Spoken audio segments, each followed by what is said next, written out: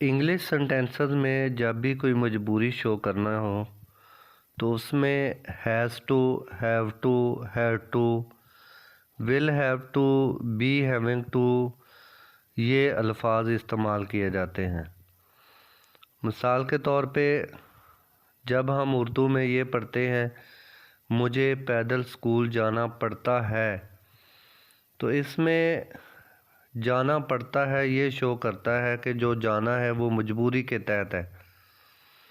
तो इस तरह के सेंटेंसेस में ये तमाम अल्फाज इस्तेमाल किए जाते हैं। इस तरह के एक और सेंटेंस भी उर्दू में इस्तेमाल किया जाता है, जैसे मुझे पैदल स्कूल जाना है। मुझे पैदल स्कूल जाना पड़ता है या मुझे पैदल स्कूल जाना है, ये दोनों सेंटेंसेस एक ही सेंस और एक ही कंसेप्ट रखते हैं। लिहाजा जब हम इसको इंग्लिश में ट्रांसलेट करेंगे तो फिर इन दोनों के लिए एक जैसे अल्फाज यानी has to, have to, had to, will have to, be having to वगैरह ही इस्तेमाल किए जाएंगे। अब इस सेंटेंस को ही ले लें, जैसे मुझे पैदल स्कूल जाना पड़ता है या मुझे पैदल स्कूल जाना है, तो इसको हम इंग्लिश में इस तरह ट्रांसलेट करेंगे, I have to go to school on foot. बाज़ लोग ऑन फुट की बजाय बाय फुट इस्तेमाल करते हैं, लेकिन वो उसका रॉन्ग यूज़ होगा, क्योंकि बाय फुट का मतलब जो होता है वो मोड ऑफ ट्रांसपोर्टेशन होता है, जैसे बाय बस, by train, by car, by air. लेकिन जब फुट की बात आए तो उसके साथ ऑन ही लगाते हैं, जिसको उर्दू में पैदल कहते हैं। आइए हम has to, have to, had to, will have to, be having to यानी मजबूरी के मानों में इस्तेमाल होने वाले तमाम अल्फाज के कुछ और यूज़र्स देखते हैं। सबसे पहले हम users of has to, have to देखते हैं।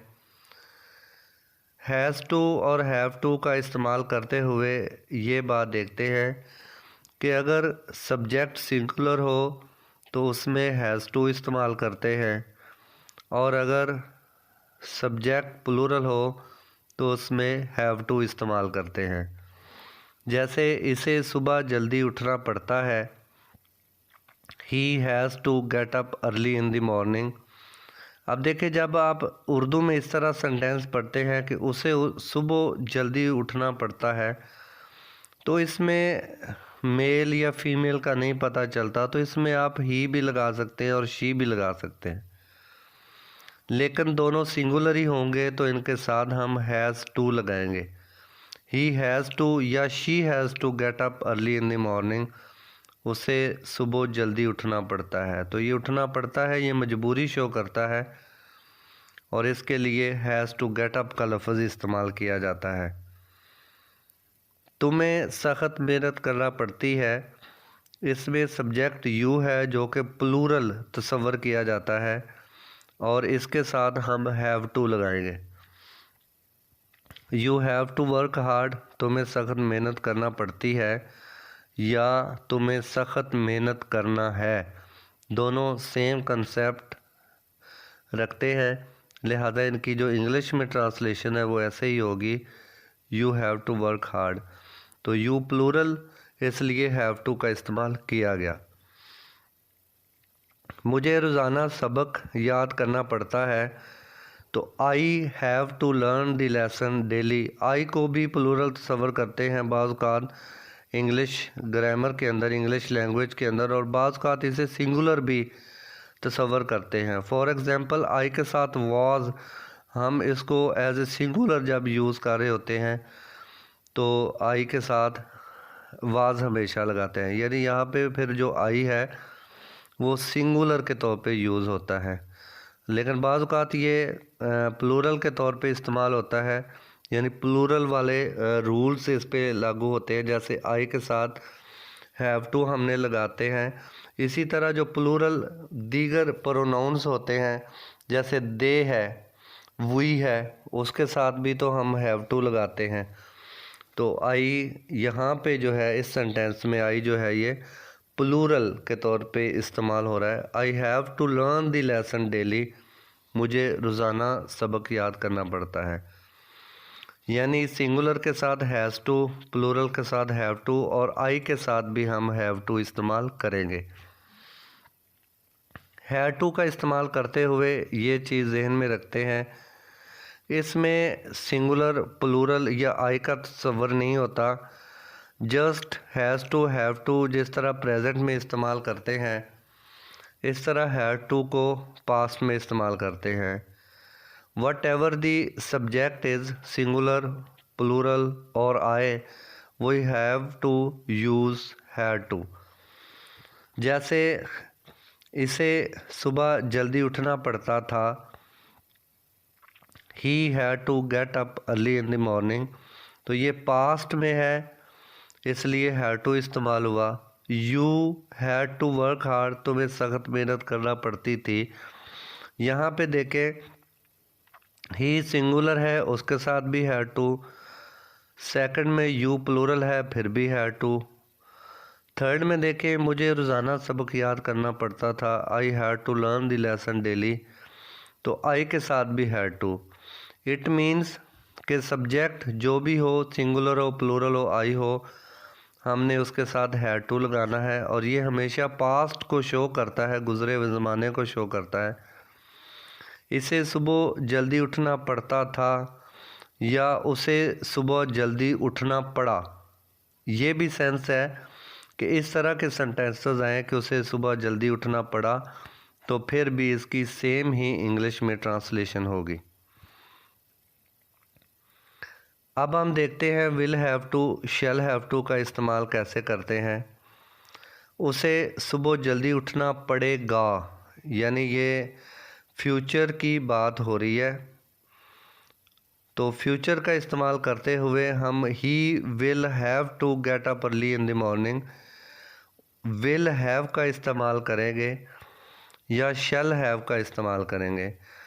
अमूमन आई और वी के साथ हम शैल लगाते हैं और बाकी तमाम के साथ विल लगाते हैं, लेकिन कोई काम ज़रूर के मानों में पाया जाए या लाजमी के मानों में पाया जाए तो फिर आई और वी के साथ विल इस्तेमाल करते हैं, बाकी सब के साथ शैल इस्तेमाल करते हैं और साथ हैव का इस्तेमाल जो है, हैव टू का इस्तेमाल वो मजबूरी को शो करने के लिए भी इस्तेमाल किया जाएगा। जैसे उसे सुबह जल्दी उठना पड़ेगा, he will have to get up early in the morning, तुम्हें सख्त मेहनत करना पड़ेगी, you will have to work hard. अब अगर यहाँ पे हमें सख्त मेहनत करना पड़ेगी तो यहाँ पे we shall have to work hard आएगा, लेकिन आम तौर पे जो है वो जो है हम इस तरह के जिसमें हम विल हैव टू या शैल हैव टू का इस्तेमाल करते हैं, ज़्यादातर विल हैव टू का इस्तेमाल ही करते हैं। मुझे रोज़ाना सबक याद करना पड़ेगा, I shall have to learn the lesson daily. अब यहाँ देखें आई के साथ शैल इस्तेमाल हुआ है, लेकिन आई के साथ विल भी इस्तेमाल करेंगे तो ये गलत नहीं होगा। तो I shall have to learn the lesson daily, मुझे सब रोज़ाना सबक याद करना पड़ेगा। फ्यूचर के अंदर यहाँ पे मजबूरी को शो किया गया, तो फ्यूचर विल या शैल शो करेगा, साथ हैव टू ये मजबूरी शो करने के लिए साथ इस्तेमाल करते हैं। इसके बाद हम देखते हैं बी हैविंग टू क्या होता है। बी, जैसा कि आप जानते हैं कि ये इज़, आर, एम, ये तीन जो हमारे हेल्पिंग वर्ब्स हैं उनकी जगह पे हम बी इस्तेमाल करते हैं, यानी बी का मतलब होता है इज़, आर, एम। तो ये बी जो है ये फर्स्ट फॉर्म जो है इज़, आर, एम वाली है और सेकंड में पास्ट वास या वर वाली है और थर्ड में जो थर्ड इसकी जो है वो बीन होती है। इस तरह इसकी जो थ्री फॉर्म्स ऑफ वर्ब है वो बनती हैं। उसे सुबह जल्दी उठना पड़ रहा है, ये देखें कि जो कंटिन्यूस टेंस को शो करता है, कंटिन्यूस टेंस को शो करने के लिए हम बी हैविंग टू का इस्तेमाल करते हैं। जैसे उसे सुबह जल्दी उठना पड़ रहा है, कंटिन्यूस टेंस है और प्रेजेंट है। He is having to get up early in the morning, तो is showing that this is present tense and having is showing this is continuous tense. तो हैव के बाद हैव के साथ आईएनजी लगा दें तो ये हैविंग बन जाएगा और कंटिन्यूस शो करेगा, और साथ टू मजबूरी को शो करेगा। He is having to get up early in the morning, यानी उसे सुबह जल्दी उठना पड़ रहा है, यानी कि ये मजबूरी कंटिन्यूस जो है टेंस में शो हो रही है। तुम्हें सख्त मेहनत करना पड़ रही है। You are having to work hard, मुझे रोज़ाना सबक याद करना पड़ रहा था। I was having to learn the lesson daily. यहाँ पे देखें आई को सिंगुलर सब्जेक्ट के तौर पे इस्तेमाल हुआ, इसलिए साथ वाज इस्तेमाल हुआ, और वाज इसलिए भी क्योंकि ये पास्ट टेंस को शो करता है। तो पास्ट टेंस के लिए वाज, क्योंकि ये पास्ट कंटिन्यूस टेंस है इसलिए हैविंग हैव के साथ आईएनजी इस्तेमाल किया गया है। अब देखते हैं how to change the sentences into negative. बाज़ हमारे दोस्त जब इस तरह के सेंटेंसेस को नेगेटिव में चेंज करते हैं तो वो गलत मेथड इस्तेमाल करते हैं। जिस तरह उसे सुबह जल्दी नहीं उठना पड़ता था, he has not to get up early in the morning, तो ये दुरुस्त इस्तेमाल नहीं है। तुम्हें सख्त मेहनत नहीं करना पड़ती थी, you had not to work hard, ये भी दुरुस्त इस्तेमाल नहीं है। नेक्स्ट पेज पे हम इसका दुरुस्त इस्तेमाल सीखेंगे कि दुरुस्त इस्तेमाल इसका किस तरह करते हैं। पहले हम देखते हैं कि मुझे रोज़ाना सबक याद नहीं करना पड़ेगा, यानी फ्यूचर को किस तरह हमने नेगेटिव बनाना है।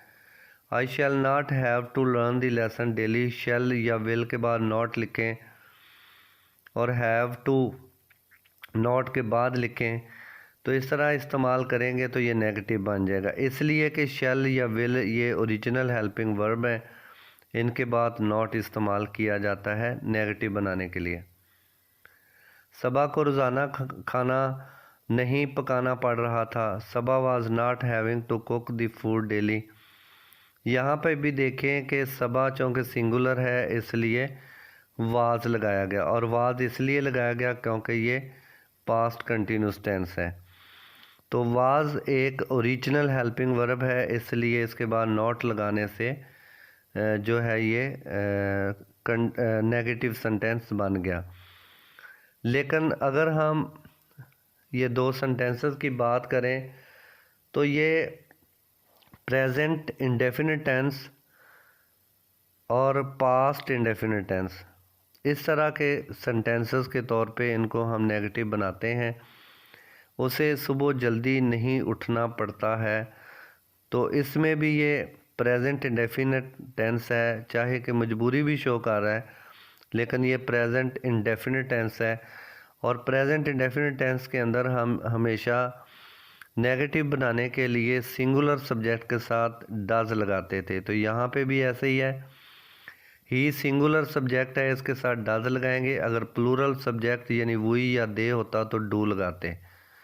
उसके बाद नॉट लगाएं और हैव टू का इस्तेमाल करके हम इसको नेगेटिव बना सकते हैं। जैसे he does not have to get up early in the morning, उसे सुबह जल्दी नहीं उठना पड़ता है।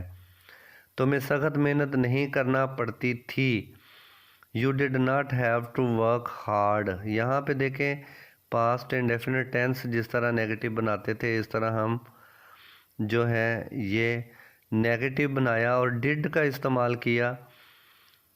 डिड का इस्तेमाल जब हम करते हैं आपको पता है कि उसके बाद जो है वर्ब की फ़र्स्ट फॉर्म इस्तेमाल की जाती है, तो यहाँ पे हैव टू जो है ये फ़र्स्ट फॉर्म के तौर पे इस्तेमाल हुआ है। डिड ये शो करता है कि ये पास्ट टेंस है, और जिस तरह पास्ट इंडेफिनिट टेंस में डिड के बाद फर्स्ट फॉर्म लगाते हैं इन सेंटेंसेस यानी मजबूरी वाले सेंटेंसेस में भी डिड के बाद हम फर्स्ट फॉर्म यानी हैव टू लगाएंगे। You did not have to work hard, तुम्हें सख्त मेहनत नहीं करना पड़ती थी।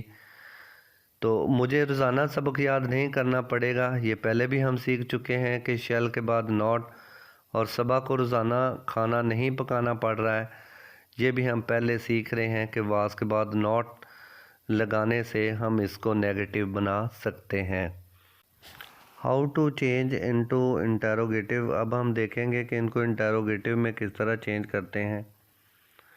जिस तरह नेगेटिव सेंटेंसेस के लिए एक रूल होता है कि हेल्पिंग वर्ब के बाद नॉट लिखें तो कोई भी सेंटेंस नेगेटिव हो जाता है, इसी तरह एक यूनिवर्सल रूल इंटेरोगेटिव के लिए भी होता है कि अगर आप हेल्पिंग वर्ब को फ़िक्रे के शुरू में लिख दें तो ये सेंटेंस इंटेरोगेटिव हो जाता है। जैसे क्या उसे सुबह जल्दी उठना पड़ता है, ये प्रेजेंट इंडेफिनिट टेंस है, इसके अंदर पॉजिटिव में हेल्पिंग वर्ब इस्तेमाल नहीं करते, लेकिन नेगेटिव में हमने देखा कि इसमें हेल्पिंग वर्ब डू या डज इस्तेमाल करते हैं according to the subject. Subject singular हो तो डज और अगर प्लूरल हो तो डू। तो इसमें चूँकि सिंगुलर है सब्जेक्ट तो हेल्पिंग वर्ब डज आएगा, उसको फ़िक्रे के शुरू में लिखें और इस तरह लिखें कि जैसे does he have to get up early in the morning. Just हमने डज को फ़िक्रे के शुरू में लिखा है, बाकी उसकी सेंटेंस स्ट्रक्चर सेम उसी तरह जिस तरह नेगेटिव की थी और इसमें नॉट इस्तेमाल नहीं करेंगे। तो ये does he have to get up early in the morning, क्या उसे सुबह जल्दी उठना पड़ता है, तो ये नेगेटिव इंटेरोगेटिव सेंटेंस बन जाएगा। क्या तुम्हें सख्त मेहनत करना पड़ती थी, पास्ट में ये इंटेरोगेटिव है और आपको पता है कि पास्ट इंडेफिनिट टेंस में डिड हेल्पिंग वर्ब इस्तेमाल करते हैं नेगेटिव में और इंटेरोगेटिव में। तो इंटेरोगेटिव में जो शुरू में हमने हेल्पिंग वर्ब डिड लगाया तो ये सेंटेंस इंटेरोगेटिव बन गया। Did you have to work hard, तुम्हें सख्त मेहनत करना, क्या तुम्हें सख्त मेहनत करना पड़ती थी, क्या मुझे रोज़ाना सबक याद करना पड़ेगा, will I have to learn the lesson daily. तो यहाँ पे आई के साथ विल लगाया, शेल भी लगा सकते हैं, लेकिन विल का मतलब कि ज़रूर, क्या मुझे ज़रूर रोज़ाना सबक याद करना पड़ेगा। तो यहाँ पे विल जो है उसको फ़िक्रे के शुरू में लगाया क्योंकि हेल्पिंग वर्ब है, तो ये सेंटेंस इंटेरोगेटिव बन गया। क्या सबा को रोज़ाना खाना पकाना पड़ रहा था, तो was Saba having to cook the food daily. यहाँ पे भी देखें कि चूँकि ये कंटिन्यूस टेंस है और इसमें हेल्पिंग वर्ब वाज इस्तेमाल हो रहा था सबा के सिंगुलर होने की वजह से, तो वाज को सेंटेंस के स्टार्ट पे लिखें तो वाज और उसके बाद सेंटेंस सेम वैसे लिख दें, was Saba having to cook the food daily, तो ये सेंटेंस इंटेरोगेटिव बन जाएगा। एक चीज़ याद रखें कि इंटेरोगेटिव सेंटेंस के आखिर पर साइन ऑफ इंटेरोगेशन आता है या क्वेश्चन मार्क आता है। अगर ये नहीं लिखेंगे तो आपका सेंटेंस ठीक भी होगा तो वो गलत सवर होगा।